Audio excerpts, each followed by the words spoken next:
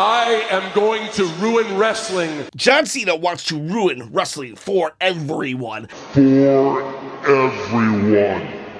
And I'm here to say that so far he's only ruined night 2 of WrestleMania's main event. Good guy or be a bad guy? What is Cody Rhodes gonna choose? Today we're gonna come up with 20 ways to ruin wrestling and yet still be entertaining while it happens. And I know, but he said we get nothing. What do we get? You get nothing!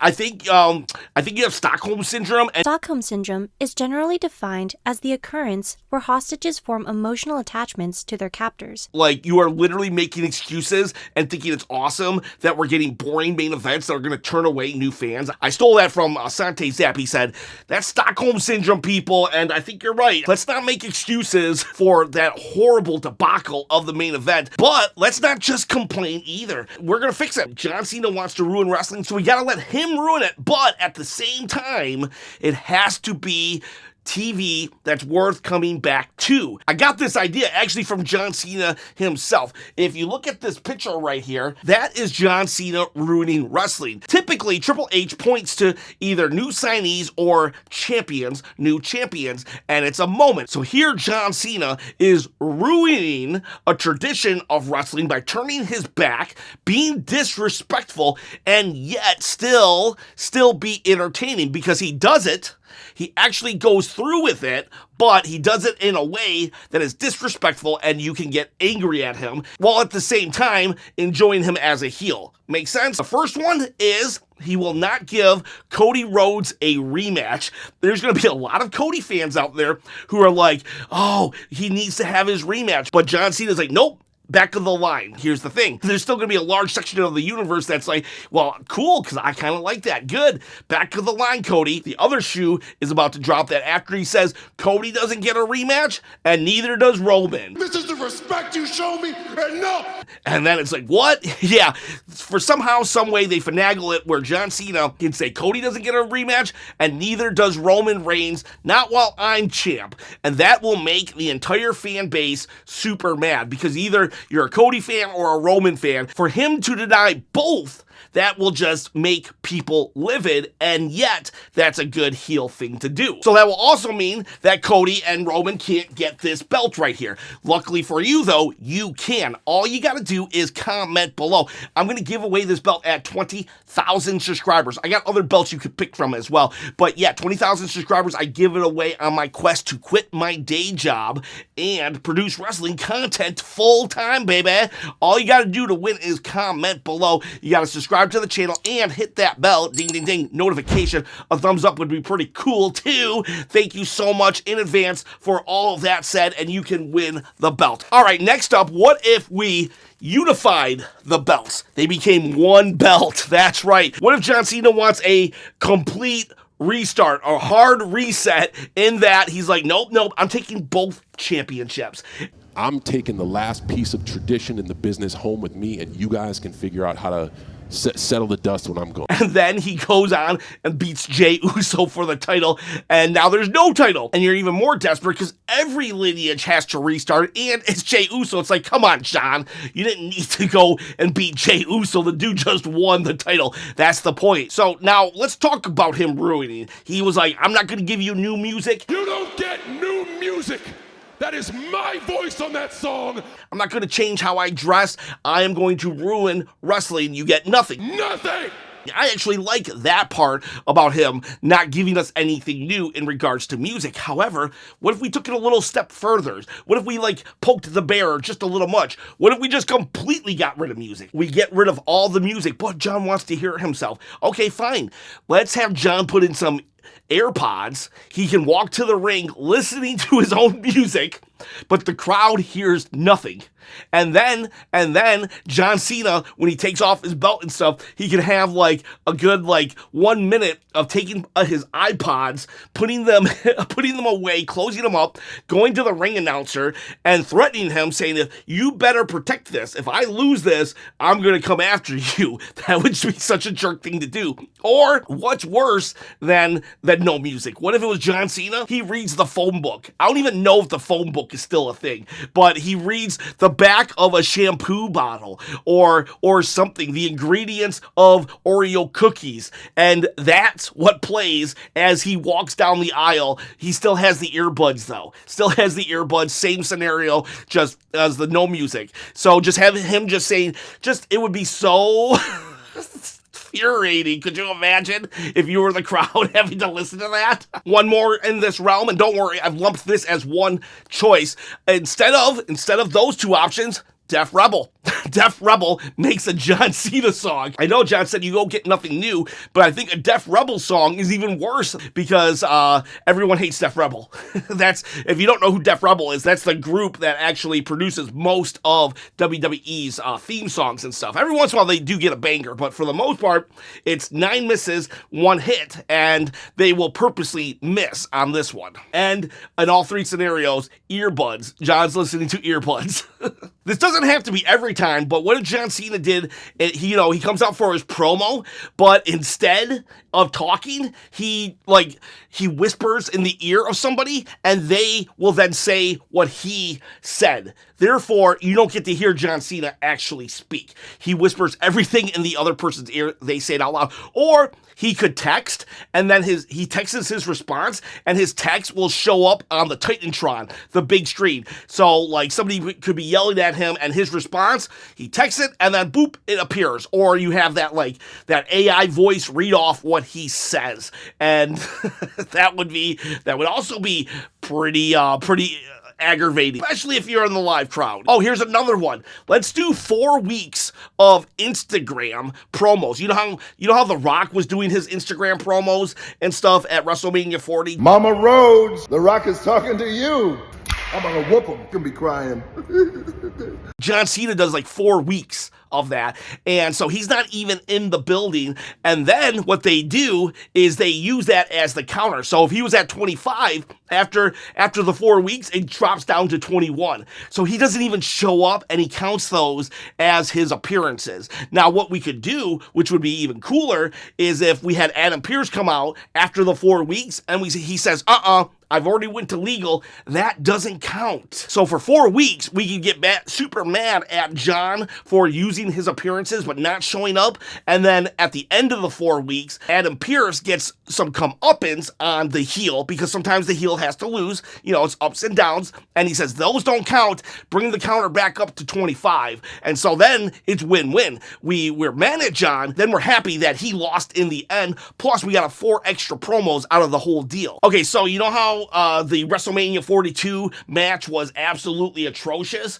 We can actually do that match. We can do a really boring match of just headlocks and rest holds and just punches and stuff like that. We can do it, but we just can't do it at the most important event of the year. He can do it at a Raw main event or even a pay-per-view, PLE, but just not at WrestleMania. So we can have a match or two where it's literally he's always putting someone in a headlock. The guy fights out of the headlock. He's able to do offense, but John Cena always gets him back in the headlock, and it's lame, it's boring, but that would be okay. It's the right place and the right time, and WrestleMania 42 main event night 2 was not it. Speaking of matches, what if John Cena got to call maybe 2 of his opponents? He lines up every male superstar, and he's like, who should I pick?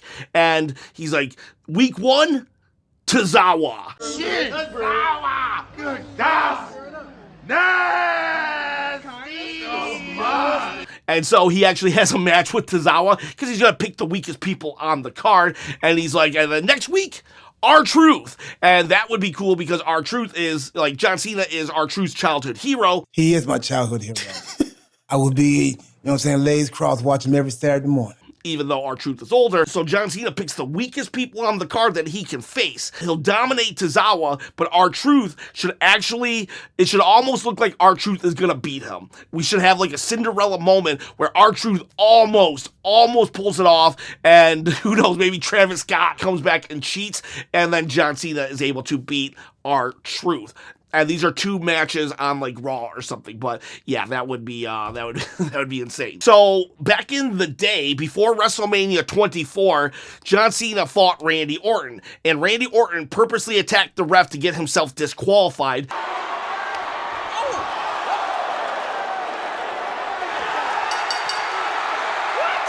so he didn't have to lose the belt. Well, Randy Orton and John Cena are about to fight again. So what if this time John Cena attacks the ref so he doesn't have to lose the belt? And he's like, well, Randy, back of the line, and it would be a good callback. But then John Cena continues to attack referees. Maybe not in a match, but he enters the referee locker room and he literally just goes to town and beat up all the refs where no ref wants to be in the match with him. So now nobody wants to referee a John Cena match, but there are 2 girl referees, so they come out and they're like, okay, we'll ref. And everyone's thinking, oh, John Cena won't hit a girl, and no, John won't hit a girl. But what if then Charlotte Flair's music hit, and you're like, wait, what? Yes, so Charlotte has a lot of heat with the crowd.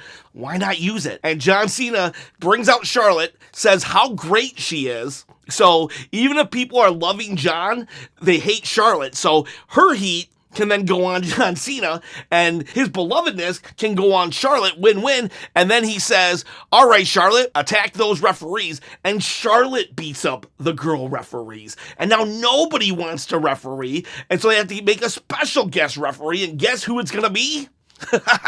People will hate this. People will hate this.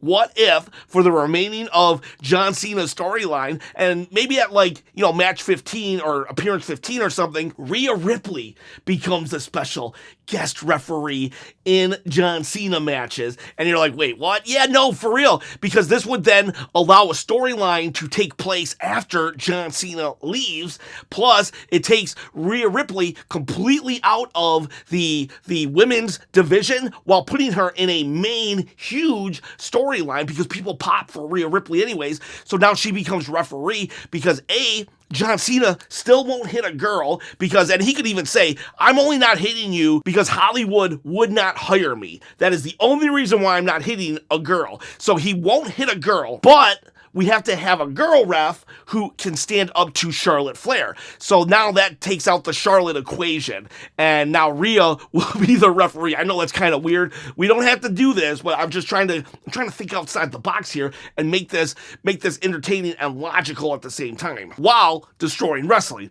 So it's a little more difficult than you think. Every match John Cena does should be the first on the card. No questions, first on the card, maybe second or third, but I would prefer first, and the reason is this. John Cena literally says, I want to get out of this town as quick as possible. I'm here to wrestle and leave. So he doesn't want to wait around all night for the main event spot, because in his mind, he doesn't care. He's trying to ruin wrestling, right? He doesn't care about nothing. So he can be first on the card every single time he fights, and that will then also allow him to have boring matches where it doesn't necessarily affect the whole PLE, because you can have banger after banger after banger and it's brought down by a lame, boring match. But you throw that lame, boring match in the beginning of the card, make it part of the storyline, have Michael Cole literally shouting how despicable John is for only doing headlocks, and that it's so horrible that he wants to leave as soon as possible,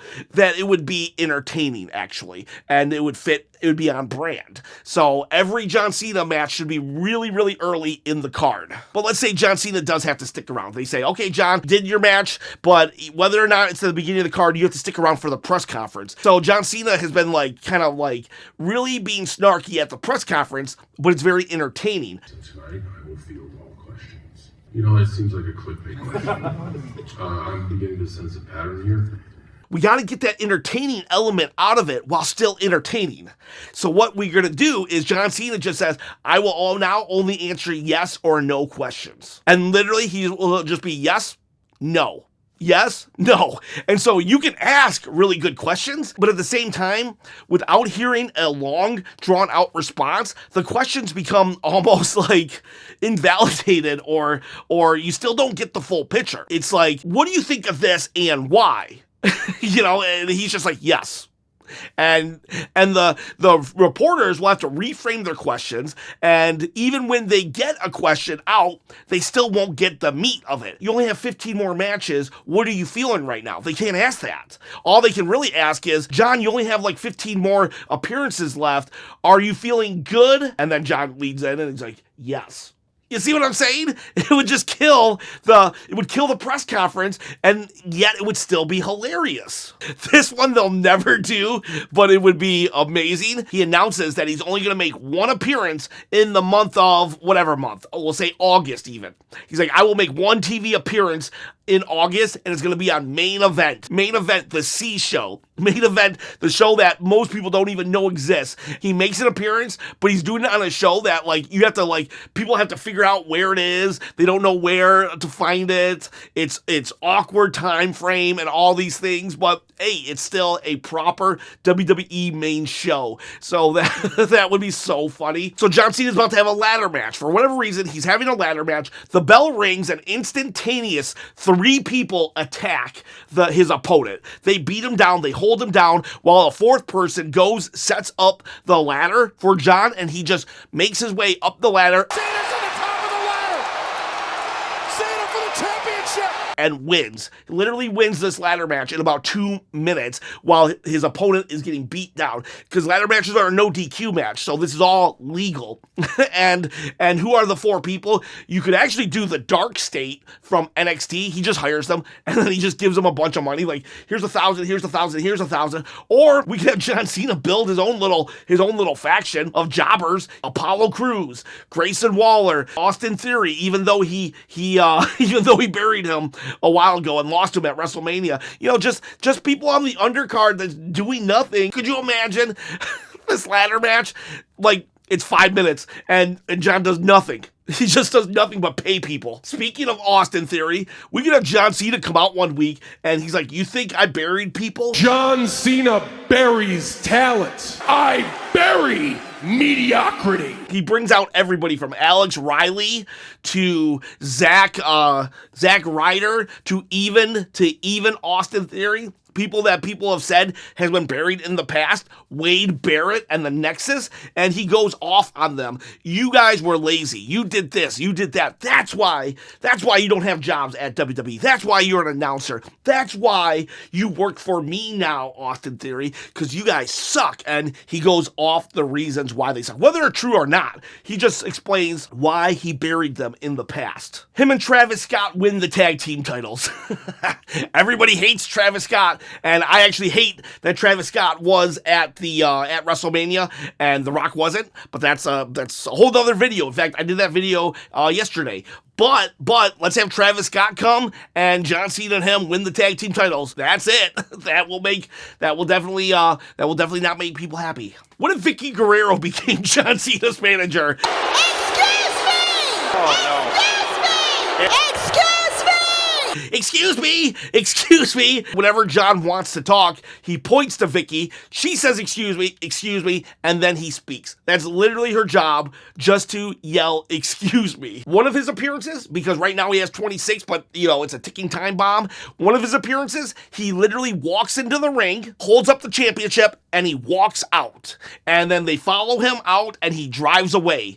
And as he drives away, we see the counter go from, 23 to 22. And they're like, wait, that was an appearance? That was an appearance? Like, literally, that was it. That was his entire appearance. Walk into the ring, walk out, and leave. Remember his ladder match? We do the same thing for Money in the Bank. The moment it starts, like, his people just swarm and attack. They run up, they steal the briefcase, and that's it. I would hate that one, though. That one might be a little too far, because in reality, we should probably give the Money in the Bank to Cody Rhodes or Roman Reigns. That way they can actually become number 1 contenders, since John Cena said they don't get a rematch. If they win the Money in the Bank or the King of the Ring, well, then they get a match. So we probably should just let the ladder match, the Money in the Bank, continue without any John Cena interference. That said, it would be insane if someone just ran up there, took the briefcase, and hit it. Okay, here's one for you. What if one appearance, John Cena comes out at it randomly. The first match on Raw, he comes out, he sets up a chair next to the announce table, he sits down, and then he starts reading a script. And he doesn't say nothing else. He's just reading the script. The match ends, and then the next match, there's interviews happening, and people just keep looking over to John, and he's literally just reading a script. We find out that it's his next movie. And all John is doing, he's using his entire appearance to memorize his script. That's it. He's using his raw time, his wrestling time, to like focus on his movie career. And so it'd be very disrespectful. And that's literally, he wasn't planning on talking or nothing. So we could do this idea and it could stop right there. At the end of the show, eventually he just walks back and leaves, and they count, and then his timer goes down one. Or what if Rey Mysterio comes up to him and be like, John, why are you doing this, man? Why are you doing this? And John Cena just clocks him, right? And John Cena starts beating the crap out of Rey Mysterio. And guess who comes for the save? Dominic Mysterio. Dominic Mysterio of all people, and this will complete Dominic Mysterio's face turn. But we're not going to end it with him just coming out and sending John Cena packing. No, John Cena is going to hurt Dominic Mysterio. He's going to hurt Dominic so bad that Dominic and Rey Mysterio, their bond, they become father and son again. Because in order for Dominic to become a face, they do have to mend that relationship. So this could be it right here. So we could do just the script reading without the Rey Dom angle, or we insert that. And I think we should insert that because John Cena making Dominic bleed will gain him super heat, because Dom is so over right now. And he's going to need to do that to R-Truth as well. He needs to bloody up R-Truth and make us suffer. Make the audience suffer as he just like destroys R-Truth. And then the final appearance, we're at, it's number one. He's lost the title by now, obviously, but his final appearance, we all think that he's going to turn babyface, right? That he's going to turn babyface, we're going to cheer him, and he'll have his moment, we'll give him his flowers, but nope, he goes, this is my last appearance, you will never see me in my jean shorts again, you'll never see me in my baseball cap, my Fruity Pebble shirts, you'll never see any of it, and I want you to know that during my retirement year, I said a lot of mean and hateful things. Whether you like me or you don't, you're dumped and you don't matter to me. And I want you to know that I meant every single one of them. We are done. I don't like you. I'm glad I'm leaving. And he just goes on and on about everything he said. And then he flips the crowd off and he walks to the back, just hands and middle fingers in the air. And the countdown goes from 1 to 0. He leaves a heel. He leaves a heel, and that's it. That's John Cena's entire farewell retirement tour. That is how he plans to ruin wrestling while still being, on some levels, entertaining. What did you think of my list? Can you add any? Remember, it has to be horrible and ruin wrestling while still allowing wrestling to be entertaining. Please put that in the comment below if you have any. Let me know how you felt my list was, and don't worry, everybody, we are in a committed relationship. I will never break up with you. I love each and every one of you. Boys, girls, have yourselves a great day.